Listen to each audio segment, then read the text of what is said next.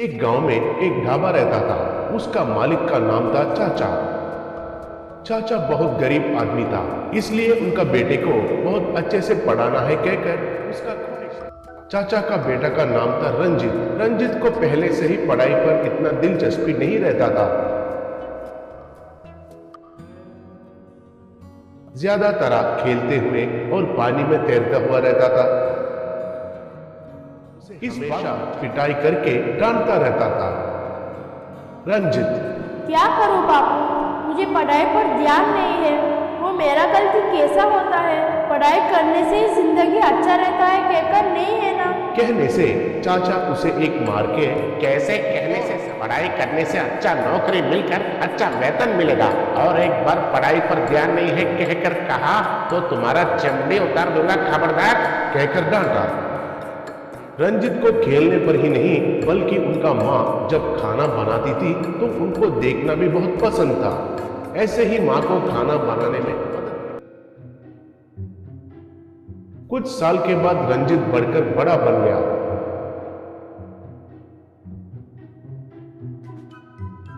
एक दिन बस के पास चाचा रंजित से, बेटा रंजित, शहर में बहुत मुश्किल से इंजीनियरिंग कॉलेज में तुम्हारे लिए एक सीट मिले जैसा किया, बहुत फीस भी भरा, तुम जाकर अच्छे से इंजीनियरिंग का पढ़ाई पूरा करके जिंदगी में आगे बढ़ो, कहा। तब रंजित, बापू अभी भी वक्त है, मुझे इंजीनियरिंग पढ़ना बिल्कुल पसंद नहीं है बापू, बेकार में पैसे मत खर्चा करो बापू, मेरा बात सुनो, कहा। तब चाचा, अरे मुंह बंद करो और कुछ भी नहीं कहना, तुम्हें क्या पढ़ाई करना है तो क्या, मेरे पास पैसे ज्यादा नहीं रहने से भी तुम्हें क्यों पढ़ा रहा हूं तुम्हें पता नहीं है क्या, जाओ जाकर चुपचाप इंजीनियरिंग करो बस। कहने से रंजित कुछ नहीं कर पाया और बस चढ़कर चला गया। ऐसे रंजित कॉलेज में पढ़ाई करने लगा।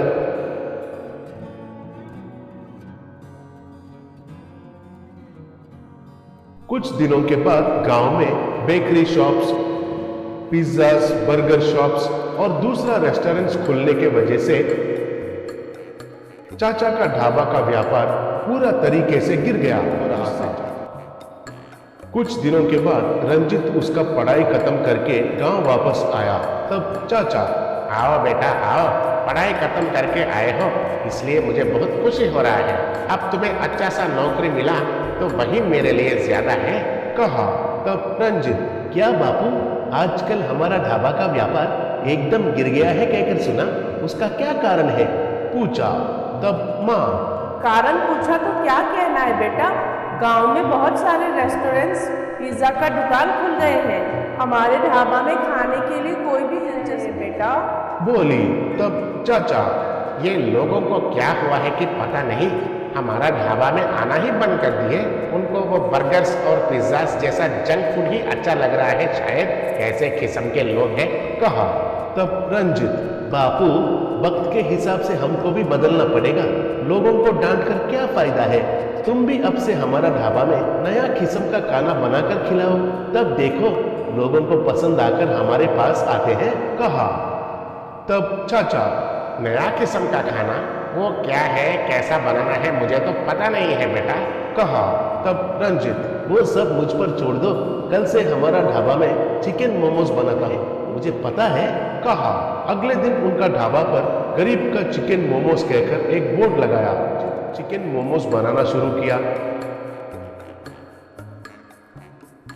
वो बोर्ड को देखकर लोग अच्छे से आए लोगों को चिकन मोमोज को देने लगे। लोग उनको खाके उसका स्वाद के लिए चौंक गए।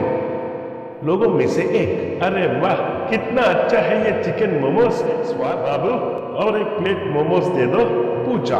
और एक आदमी, अरे वाह ऐसा स्वाद मैंने अभी तक नहीं देखा, असल में हमारा गांव में खाने की बात है, कहा। एक औरत, अरे ये मैं यकीन नहीं कर पा रही हूँ, चिकन मोमोज इतना स्वादिष्ट रहते हैं कहकर मैंने बिल्कुल सोचा भी नहीं, बोली। बाप बेटा दोनों बहुत खुश हुए। तब चाचा, बेटा तुमने जो कहा वो तो सच है, वैरायटी खाने के लिए ही लोग पसंद कर रहे हैं, ये बताओ कि तुम ये चिकन मोमोज बनाना कहाँ से सीखे? रंजित, हमारा कॉलेज में सीखा था बापू, कहा।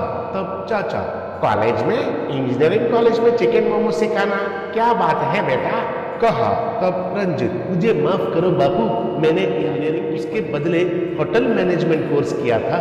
मुझे खाना बनाना कहे तो बचपन से बहुत पसंद था, इसलिए ये होटल मैनेजमेंट कोर्स करके तुमसे इंजीनियरिंग किया है कहकर झूठ कहा। तो इधर ही हमारा ढाबा में काम करता हूँ बापू, कहा। तब चाचा, तुमको ही मुझे माफ करना होगा बेटा, बिना पसंद का पढ़ाई करने के लिए मैंने तुमको, लेकिन तुम तो बहुत अच्छा काम किए हो, अब से ये ढाबा तुम्हारा ही है, कहा।